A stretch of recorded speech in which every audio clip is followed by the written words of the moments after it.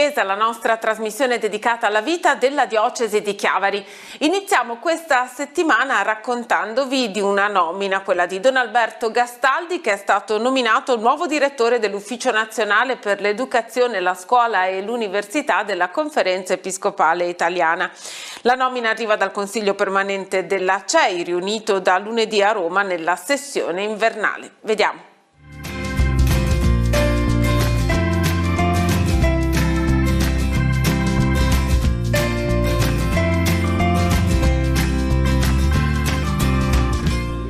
Questa nuova nomina quali impegni, quali responsabilità comporterà? Sicuramente un impegno di coordinamento a livello nazionale per sostenere tutte le diocesi italiane e stare accanto magari ai territori anche un po' più in difficoltà, poi promuovere dei momenti di formazione, aggiornamento, approfondimento per gli insegnanti e gli educatori, e anche cercare di far sì che emergano progetti e storie belle già presenti nella nostra penisola. Già ti occupavi dei giovani a livello diocesano, cosa significa a livello personale questa nomina? Sicuramente è una responsabilità ancora più grande che parte appunto dall'esperienza qui nel territorio della diocesi, in tanti anni accanto ai ragazzi a scuola, in parrocchia e agli insegnanti e agli educatori, per cui mi sento spinto e lanciato da questo territorio.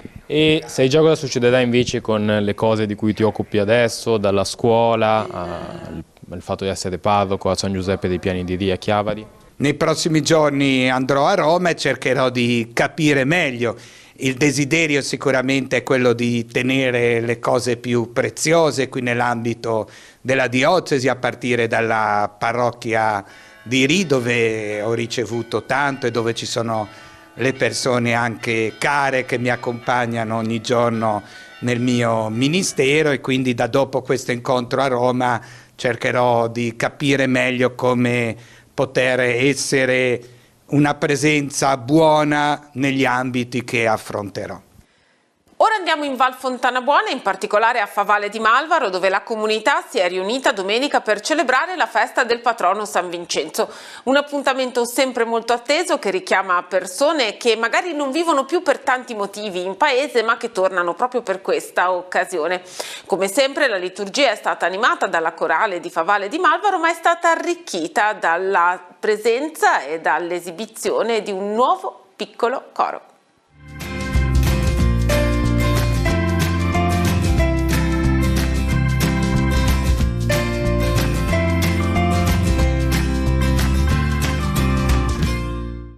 Puoi chiamarla piccola comunità, ma il suo cuore è grande, grande come quello del patrono che ha dato la vita per non abiurare la fede. Favale di Malvaro ha celebrato la memoria liturgica di San Vincenzo. Le persone di Favale, nella Val Malvaro in Fontana Buona, partecipano con fedeltà anche se non risiedono più in paese. Tornano in questa occasione per preparare la celebrazione e ripristinare quell'unità che il parroco riconosce come punto di forza di questa comunità. La comunità di Favale è molto attiva, c'è chi ha preparato le pulizie della chiesa, chi i fiori, chi ha preparato la cassa e chi anche il contorno. Ieri sera si è fatta una grande cena, che c'erano 150-160 persone, col classico stufato che è quello che facevano per la sparata. C'era tantissima gente, è un'occasione per stare insieme. È il santo patrono, San Vincenzo, è in un periodo invernale, però è sempre comunque vissuto. Tante persone che magari per la vita si sono trasferite, che abitano adesso a Chiavari, però oggi e ieri sera per questa occasione rientrano. Poi quest'anno ci ha onorato della sua presenza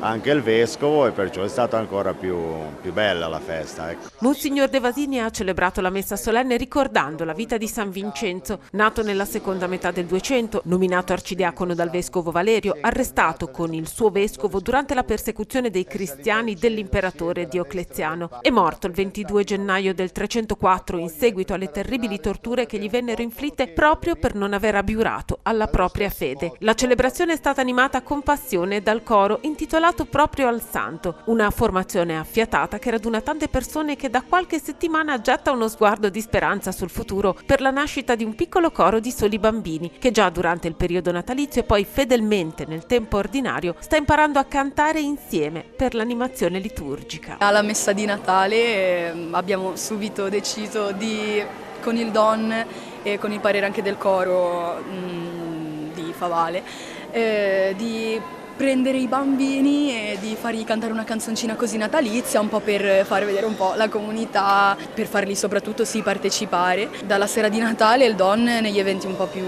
nelle messe un po' più importanti, ecco, ci ha chiesto se volevamo preparare i bambini per sempre fargli cantare una canzoncina, perché gli sembrava molto carino questa idea. Si cerca di far crescere sempre questi bambini e di pian piano portarli a cantare come adesso canta il coro, nel senso che fa tutta la messa, così. Cioè. Veniamo da te, chiamati per nome, che festa, Signore, tu cammini con noi, ci parli di te, per noi spezzi il pane, ti riconosciamo il cuore, a te sei tu, e noi il tuo popolo, siamo qui. A Natale abbiamo praticamente ricevuto questo regalo che è stata un'iniziativa spontanea e subito abbiamo accettato questa cosa con molta gioia e in autonomia si sono preparati, hanno scelto un brano che lo hanno condiviso col nostro parroco Don Gabriel, andava bene per la cerimonia, per la messa e è stato molto, molto bello sentirli cantare e a noi come coro, gruppo folk, come corale San Vincenzo nata ormai più di 40 anni fa è stato un segno divino quasi perché significa che il paese che c'è vita e che anche la nostra attività corale c'è speranza che vada avanti. Io faccio parte del coro di Favale da quando sono una bambina e poi ho anche iniziato a studiare pianoforte. È già più di 10 anni che sono al pianoforte e per far parte della comunità di Favale in qualche modo ho deciso di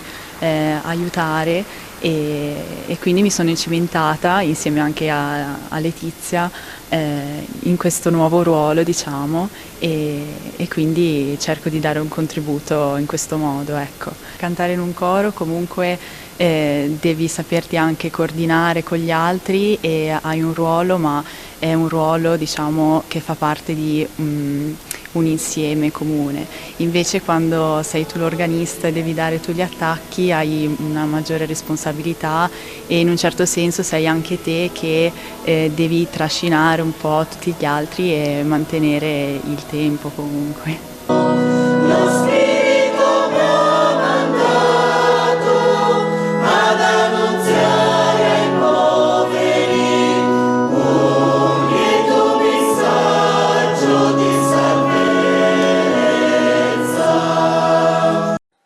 Sabato 28 febbraio al Santuario del Bambin Gesù di Praga di Arenzano si terrà il convegno Maschio e Femmina li creò, prospettive di educazione affettiva. È una iniziativa della Commissione regionale di pastorale familiare della Conferenza Episcopale Ligure. È un appuntamento, un convegno che è rivolto in particolare a sacerdoti, diaconi, operatori di pastorale familiare e giovanile, catechisti, educatori, operatori dei consultori di ispirazione cristiana e insegnanti di metodi naturali di regolazione della fertilità. La giornata inizierà alle 9:30 con il saluto del vescovo Monsignor Antonio Suetta. Alle 10 è in programma la relazione di Fra Marco Vianelli, direttore dell'Ufficio Nazionale per la Pastorale della Famiglia della Conferenza Episcopale Italiana. Alle 11:30 sono in programma i tavoli di lavoro. Dopo il pranzo saranno presentati i percorsi di educazione affettiva e sessuale. La chiusura dei lavori è prevista intorno alle 16. Sul nostro sito internet trovate tutte le informazioni anche per chi fosse interessato, insomma per iscrizioni e per capire come organizzare la partecipazione al convegno. In occasione della festa di San Francesco di Sales, che è anche patrono della comunità delle persone sorde, il vescovo Gianpio De Vasini ha celebrato la messa nella cappella dell'Istituto Assarotti. Un momento sempre molto partecipato, molto atteso, durante il quale sono state illustrate le attività che l'Associazione Sordi del Tigullio ha in programma per rendere ogni percorso accessibile anche a persone con disabilità.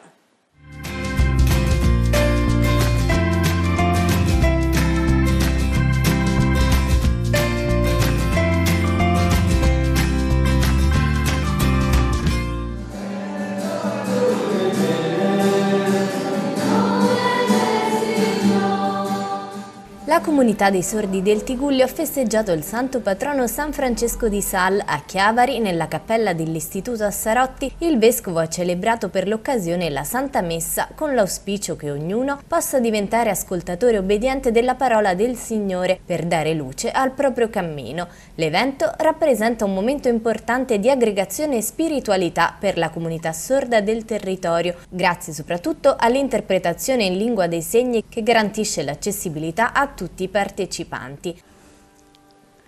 Allora, per noi questa è una giornata veramente molto importante. San Francesco di Sales, patrono della comunità sorda, quindi delle persone sorde, e devo ringraziare sempre il nostro caro vescovo perché ogni anno viene a celebrare la messa nella cappella dell'Istituto Assarotti, che è stata scuola speciale, scuola dove noi abbiamo tanti ricordi legati all'infanzia. Molti di noi hanno fatto la cresima, la comunione, la prima comunione qua dentro, quindi per noi è davvero importante ogni anno celebrare il nostro patrono qui proprio all'interno della nostra cappella.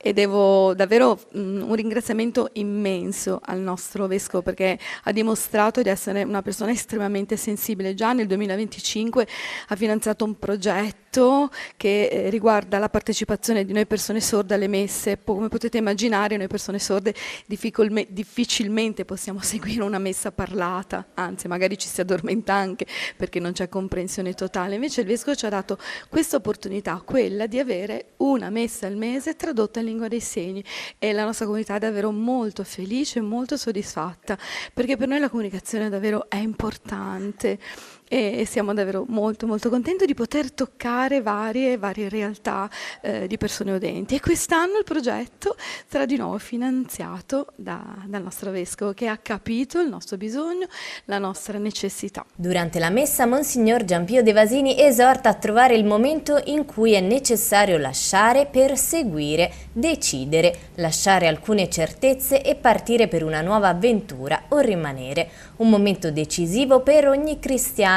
Se non si ha il coraggio di mettersi in cammino, sottolinea il vescovo, si rischia di rimanere spettatori della propria esistenza e di vivere la fede a metà. Stare con Gesù dunque richiede il coraggio di lasciare, di mettersi in cammino. Che cosa dobbiamo lasciare? Certamente i nostri vizi e i nostri peccati, che sono come ancore che ci bloccano a riva. Per incominciare a lasciare è giusto che partiamo dal chiedere perdono. In questa occasione, oltre ai festeggiamenti per il santo patrono, l'Associazione Sordi annuncia la collaborazione con il Comune di Chiavari per la realizzazione di QR code contenenti video in lingua dei segni. Allora, in questo momento un progetto davvero molto bello, in collaborazione proprio col Comune di Chiavari. Il Comune di Chiavari ha già installato dei pannelli informativi che raccontano la storia di Chiavari e del centro storico di Chiavari. Ci sono dei QR code che oggi sono già pronti, diciamo, e si possono aprire e esistono proprio dei video in lingua dei segni. Molto interessante per le persone sorde, sia per noi che abitiamo qua, ma anche per le persone che magari vengono da fuori perché raccontano la storia della nostra città. E quindi grazie al Comune di Chiavari che ha voluto fortemente questo progetto. Per quanto riguarda invece l'aspetto culturale, state pensando, già facendo qualcosa di bello? Anche questo di nuovo è un progetto bellissimo e davvero molto emozionante, un progetto di accessibilità del teatro Carlo Felice di Genova, che per la prima volta ha reso l'opera accessibile. L'opera, che per noi persone sorde è davvero molto difficile, anche solamente leggere un libretto è davvero molto difficile, e quindi noi abbiamo potuto partecipare a un'opera con una traduzione in lingua dei segni, ed è stato bellissimo perché non solo la storia bella che ci ha dato tanta emozione, però è stato anche proprio emozionante. La prima opera a cui abbiamo assistito è stato Il Trovatore, molto commovente, in alcuni tratti anche molto spaventosa, però davvero un'opera molto molto bella, progetto fantastico. È qualcosa che si potrà pure rifare anche nel futuro? Ma io credo proprio di sì, perché questo è un progetto che riguarderà anche altre opere che proprio fanno parte del progetto Navigare Insieme, che riguarda proprio l'accessibilità. Noi lavoriamo per l'accessibilità alle spiagge, al cinema, a tante realtà, perché noi vorremmo abbattere davvero le barriere della comunicazione e speriamo di riuscirci. Una comunità viva nel cuore del quartiere più popoloso di Santa Margherita Ligure. Stiamo parlando della comunità di San Siro, dove il parroco Don Valerio Traverso e la comunità hanno ospitato le telecamere di Teleradio Pace per la celebrazione della messa domenicale.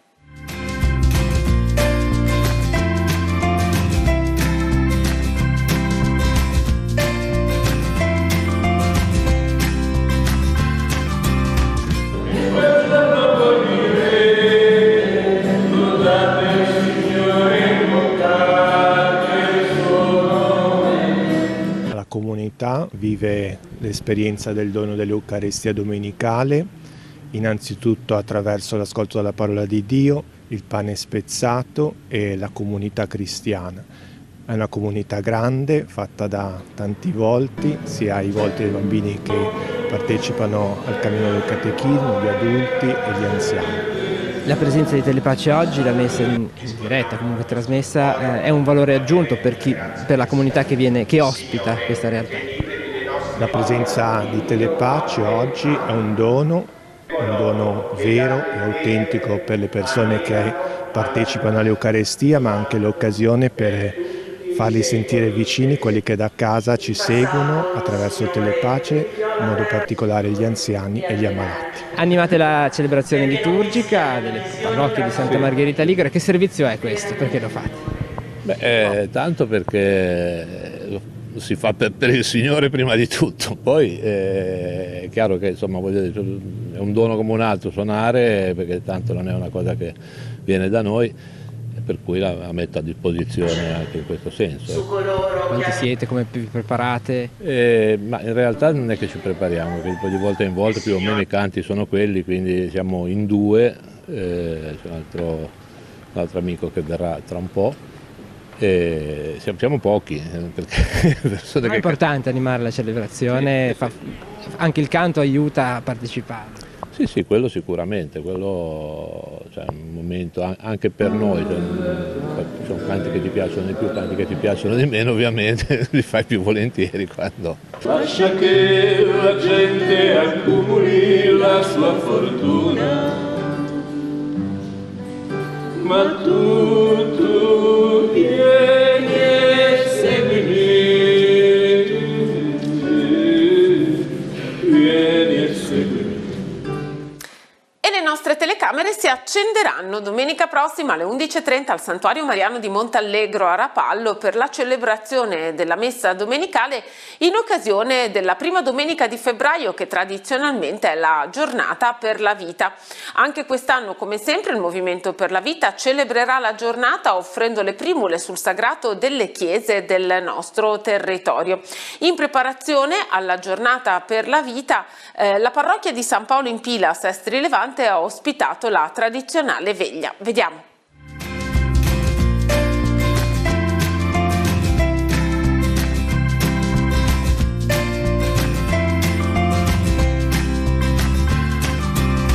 Domenica 1 febbraio si celebra la 48esima giornata per la vita sul tema Prima i bambini. I vescovi italiani nel loro messaggio invitano ad una vera conversione, come ritorno ad una cultura che riscopra il valore della generatività e come cambiamento, ossia abbandono delle cattive inclinazioni di una società in cui gli adulti sono troppo occupati di loro stessi per fare spazio ai bambini, si legge nella parte finale del messaggio. Testo che è stato al centro della veglia di preghiera organizzata come ogni anno dal Movimento per la Vita del Tigullio, ospitata quest'anno dalla parrocchia di San Paolo in Pila a Sestri Levante, un momento che introduce alla giornata in programma domenica. Ci prepariamo a questo modo, soprattutto insieme ai centri di aiuto alla vita, al Movimento per la Vita che l'ha preparata, a celebrare bene la domenica prossima in preghiera, nel annunciare il Vangelo della vita, come diceva fortemente Giovanni Paolo II, anche con l'offerta delle primule che ci sarà poi in molte parrocchie, speriamo anche in tutte, e attraverso cui con questa vendita i CAV possono avere un po' di risorse per aiutare poi le mamme in difficoltà, perché a volte è una scelta che viene portata avanti un po' forzata per le difficoltà economiche e tutto il resto. Quindi questo primo momento e poi domenica festa della vita per tutta la nostra Chiesa. Per la diocesi di Chiavari la celebrazione della giornata per la vita sarà domenica 1 febbraio alle 11:30 al Santuario Mariano di Montallegro, dove l'Arco per la Vita continua ad attrarre le preghiere di affidamento dei genitori. I genitori affidano i bambini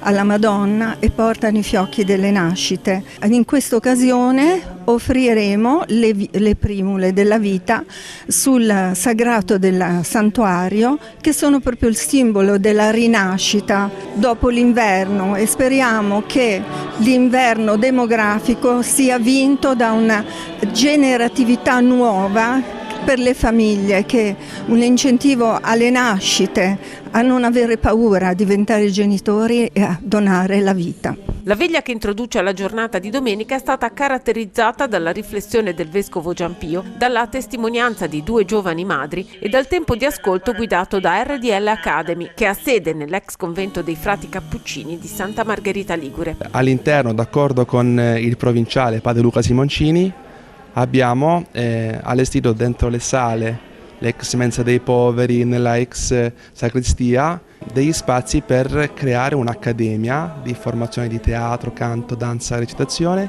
per aggregare le famiglie e i giovani. Grazie all'amicizia con Patrizia abbiamo animato noi insegnanti della RDL Academy, insieme ai nostri giovanissimi allievi, questa veglia di preghiera del Movimento per la Vita. Per i nostri giovani è stata una delle prime esperienze, se non la prima esperienza di una veglia, di un momento di preghiera di questo modo, e sono stati veramente felici di partecipare. È stata un'occasione per loro di vivere un momento così bello e significativo con il nostro vescovo. Al termine della veglia il vescovo ha benedetto alcune donne in attesa. Oggi bisogna dire prima i bambini, ma non è uno slogan, questo è un messaggio evangelico di mettere la vita al centro, e quindi i bambini hanno bisogno di ascolto, di accoglienza e anche di rallentarsi, di avere tempo, hanno bisogno di tempo. Questo è un vero messaggio, è proprio un appello, è un appello alla vita, è un appello al rispetto, alla bellezza della vita. Terminiamo così il nostro appuntamento settimanale con Noi Chiesa, grazie per averci seguito, ci rivediamo la prossima settimana.